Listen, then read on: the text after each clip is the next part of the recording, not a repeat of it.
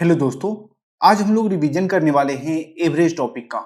इससे UPSC CSAT में directly question तो अब हाल फिलहाल में नहीं आ रहे हैं, पहले आते थे 2011-13 के आसपास में। इसके बाद से इससे क्वेश्चन डायरेक्टली आना जो है वो कम हो गया है। लेकिन ये जो एवरेज का कंसेप्ट है ये डेटा इंटरप्रिटेशन में बहुत काम आता है, वहां पे इसका कंसेप्ट यूज होता है, इसलिए इंपॉर्टेंट हो जाता है। ठीक है, चाहे डायरेक्ट क्वेश्चन आए या ना आए।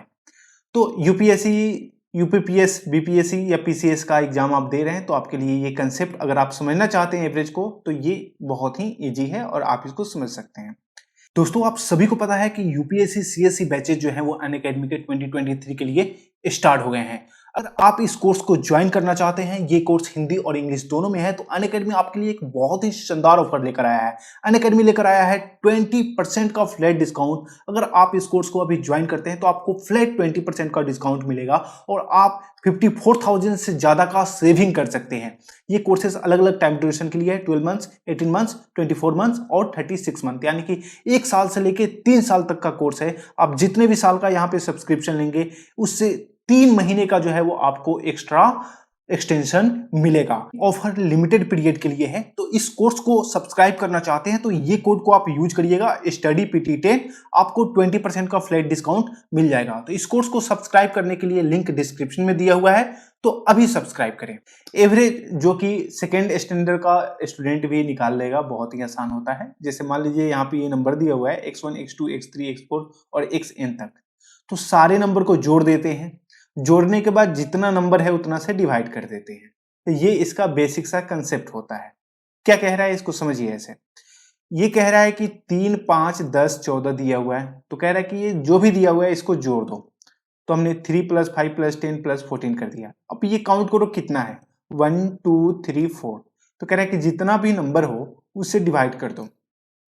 तो यहाँ पे इसको ऐड करो, ऐड करने के बाद 32 आया, नीचे है 4, 4 से इसको कट कर दो तो आ गया कितना, 8। और यही 8 जो है वो क्या है, एवरेज है। तो एवरेज निकालना बहुत ही आसान है। क्योंकि ये इतना आसान है कि यूपीएससी इस पे डायरेक्ट इस तरीके से आपसे क्वेश्चन नहीं पूछता। तो वो किस तरीके से क्वेश्चन पूछता है, तो आइए इस क्वेश्चन के माध्यम से समझते हैं। ये यूपीएससी सीसेट में 2011 में पूछा गया सवाल है। इसमें क्या कह रहा है, A student on her first 3 test receive an average score of n। कह रहा है कि एक स्टूडेंट है जो कि उसके 3 टेस्ट में जो है वो एवरेज स्कोर मिला है, और वो एवरेज स्कोर क्या है, n पॉइंट्स है। ठीक है, फिर कह रहा है कि if she exceed her previous average score by 20 points on her 4th test. अब कह रहा है कि जब ये 3 टेस्ट में इसको जो है वो कितने मिले हैं, n स्कोर मिले हैं, और इसने 4th टेस्ट दिया, और 4th टेस्ट देने के बाद जो है वो प्रीवियस से 20% इसको ज्यादा मिल गए। तो अब बताना है कि इसका एवरेज क्या स्कोर रहा 4th टेस्ट में जब इन्होंने दिया। तो यहाँ ऑप्शन है हमारा, ये 4 ऑप्शन है, 4 में से कोई एक सही है। खैर यहाँ तो मैंने ठीक कर दिया है, लेकिन इसको सॉल्व करने के बाद मेरा जवाब मिलेगा। तो यहाँ पे क्या है, तो टोटल स्कोर ऑफ 3 टेस्ट कितना किया, तो कह रहा है कि तीनों टेस्ट में उसको जो एवरेज पॉइंट मिल रहा था वो n मिल रहा था। 3 टेस्ट था तो इसको गुना कर दिया, 3 × n, तो कितना, 3n। तो यहाँ पे हमने लिखा 3n। फिर कह रहा है कि जब चौथा स्कोर ये दे रहा था तो ये तो 3 है ही, और इसको n पॉइंट मिल रहे हैं, और 20 जो स्कोर है उसको एक्स्ट्रा मिले। तो यहाँ पे n है ही, अगर ये 20 नहीं मिलता तो चौथे में n मिलता, और यहाँ पे हो जाता 3n + n यानी कि 4n, लेकिन 20 इसको ज्यादा मिला है तो 20 ऐड कर देंगे। तो 3n और 1n ये हो जाएगा 4n + 20। अब चूंकि कितनी बार इसने टेस्ट दिया है, तो इसने टेस्ट दिया है 4 बार। तो सब एवरेज का मतलब क्या होता है, जो भी नंबर दिया हुआ है, यानी कि इसको हम ऐसे लिखते तो n + n + n और +n और +20, और बाई कितना करते हैं हम, तो ये 1 बार का, 2 बार का, 3 बार का, और ये सब 1 बार का, तो 4 बार हो जाता, तो 4 से डिवाइड करते हैं। तो इसी तरीके से 4n + 2 और बाई 4। अब यहाँ पे हमने देखा कि ये दोनों टर्म में 4 कॉमन आ सकता है, तो 4 को कॉमन लिया तो यहाँ पे n बच गया, 5 का पीस यहाँ पे 5 बच गया, 4 से 4 कट कर दिया, तो यहाँ बचे n + 5। तो यहाँ हमारा जवाब है डी में n + 5। बहुत ही आसान क्वेश्चन था, सॉल्व हो गया। आइए एक दूसरा क्वेश्चन देखते हैं। ये क्वेश्चन यूपीएससी से 2013 में पूछा गया था। कह रहा है कि the average contribution of 5 men to a fund is ₹35। कह रहा है कि एक कोई फंड है, जैसे मान लीजिए कंसोलिडेट फंड ऑफ इंडिया है, ठीक है, उसमें ये ₹35 ये लोग जमा कर रहे हैं, 5 मैन मिल के। एवरेज जो उनका अमाउंट है वो ₹35 है। और 6 मैन ने भी उस फंड को ज्वाइन किया, उस ग्रुप को ज्वाइन किया, और उसने भी बाकी जितने दे रहे थे, जो उनका रिजल्टेंट एवरेज था, उससे इसने ₹35 ज्यादा दिया।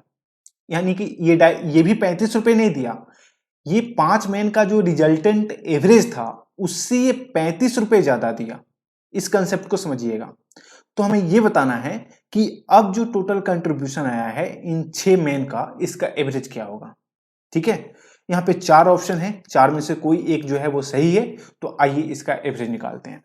तो सबसे पहले हम मान लेते हैं कि जो न्यू एवरेज आएगा वो हमें नहीं पता, क्योंकि यहाँ पे 5 मैन का जो एवरेज है वो दिया हुआ है 35, लेकिन एक मैन और जुड़ गया है, छठा। तो छठा के जुड़ जाने के बाद जो एवरेज आएगा वो हमें पता नहीं है, तो हमने मान लिया उसको x। अब चूंकि 5 लोग ऑलरेडी दे रहे हैं, तो 35 को 5 बार हमें जोड़ना पड़ेगा। 35 को 5 बार आप जोड़े या 35 में 5 से गुना कर दे, एक ही बात हुआ। तो हमने 35 को 5 बार ना जोड़ के 5 से गुना कर दिया। ये हो गया 5 मैन का। अब यहाँ पे छठा मैन जो है वो आ रहा है, और हमारा जो एवरेज आया नया वो क्या है, x।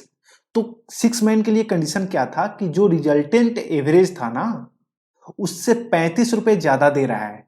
तो छठा व्यक्ति के जोड़ने के बाद जो न्यू एवरेज आया था वो x, यानी कि रिजल्टेंट एवरेज था, और उससे 35 ज्यादा दे रहा है, तो उस x में 35 जोड़ देंगे। तो अब टोटल मैन कितना हो गया, 6 मैन हो गया। यानी कि ये जो वैल्यू है वो 5 मैन का, और ये जो वैल्यू है ये छठा मैन का अकेले का। और बराबर में क्या, तो बराबर में जो भी आएगा वैल्यू वो हमारा न्यू एवरेज कंट्रीब्यूशन होगा। ठीक है, अब 35 से इसमें गुना करिएगा तो ये 175 आ जाएगा। ये x प्लस 35 का 35 रहेगा, इसको ऐड करिएगा तो ये 210 आ जाएगा, प्लस x का x रहेगा। 1 से गुना करिएगा कोई फर्क नहीं पड़ेगा, 6 से x में गुना करिएगा 6x हो जाएगा। फिर यहाँ पे आप देखिएगा तो ये x इधर चला जाएगा इक्वल के इस पार आके, तो ये माइनस हो जाएगा, घट जाएगा। तो ये बचा कितना, 6 में से x गया 5x, और ये 210। x 5 यहाँ पे आके डिवाइड हो गया, 5 से कट गया 42 बार में, तो x का वैल्यू मिल गया 42। यहाँ पे केवल x का वैल्यू मिला है, और मैन कितना है, 6 मैन है, और यहाँ पे वैल्यू किसका मिला है, x का मिला है। तो हमें 6 से मल्टीप्लाई कर देना होगा। तो total contribution of 6 man is equal to 6 multiply x, तो 6 मल्टीप्लाई 42 इज इक्वल टू 252। ठीक है, तो यहाँ पे जवाब खोजेंगे कहाँ है, डी में है, तो D is the correct option. अब कुछ इससे रिलेटेड कुछ कंसेप्ट है जिसपे अभी तक एक भी क्वेश्चन नहीं पूछा गया है, और इस कंसेप्ट को हमने नंबर सिस्टम में भी इस फॉर्मूला को याद रखा था। तो बस ये फॉर्मूला मैंने यहाँ पे मेंशन कर दिया है कि खुदा न खास्ता अगर पूछ लिया गया तो ये फॉर्मूला आपको याद होना चाहिए। इस फॉर्मूला से रिलेटेड कोई क्वेश्चन अभी तक पूछा नहीं गया है सीसेट में डायरेक्टली। ठीक है, तो फॉर्मूला क्या कहता है, तो नेचुरल नंबर से रिलेटेड एवरेज निकालना है। एवरेज कंजिक्यूटिव नंबर का, कंजिक्यूटिव पता है ना, लगातार होता है, जैसे कि 2 3 4 5, बीच में गैपिंग नहीं होना चाहिए, तो उसको कहते हैं कंजिक्यूटिव नेचुरल नंबर। कह रहा है कि n तक निकालिएगा तो इसका फॉर्मूला होगा n+1/2। कह रहा है कि average of square consecutive natural number निकालिएगा, तो ये ऐसा ही रहेगा, यहाँ पे आपको जुड़ जाएगा 2n+1 और नीचे 2 की जगह पर 6 आ जाएगा। एवरेज क्यूब कंजिक्यूटिव नंबर, तो यहाँ पे n इंटू n+1 का होल स्क्वायर और बाई 4। इसी तरीके से हमारा इवेन के लिए भी है। इवेन के लिए तो यहाँ पे पहला है कि average of n consecutive even numbers is equal to n+1। Average of square of n consecutive even numbers, तो 2 इंटू n+1 इंटू 2n+1/3। और यहाँ पे average of square of consecutive even numbers till n तक, तो n+1 n+2 और /3। ये कुछ formula है जो आप याद रख सकते हैं, या नहीं भी याद रखिए, इतना इंपॉर्टेंट नहीं है। तो एवरेज बहुत ही छोटा चैप्टर था, और इससे रिलेटेड क्वेश्चन जो है वो अब जो है वो डायरेक्टली आने की संभावना कम है। ठीक है, क्योंकि हमने यहाँ पे 11 और 13 का क्वेश्चन डिस्कस किया, रिसेंट का क्वेश्चन नहीं है। इसका मतलब ये नहीं कि आगे नहीं आएगा, लेकिन इस एवरेज का इस्तेमाल ना डेटा इंटरप्रिटेशन का जब हम लोग क्वेश्चन सॉल्व करेंगे तो वहां पे यूज होगा। इस कंसेप्ट को आप याद रखिए। मिलते हैं अगले वीडियो में, तब तक के लिए जय हिंद।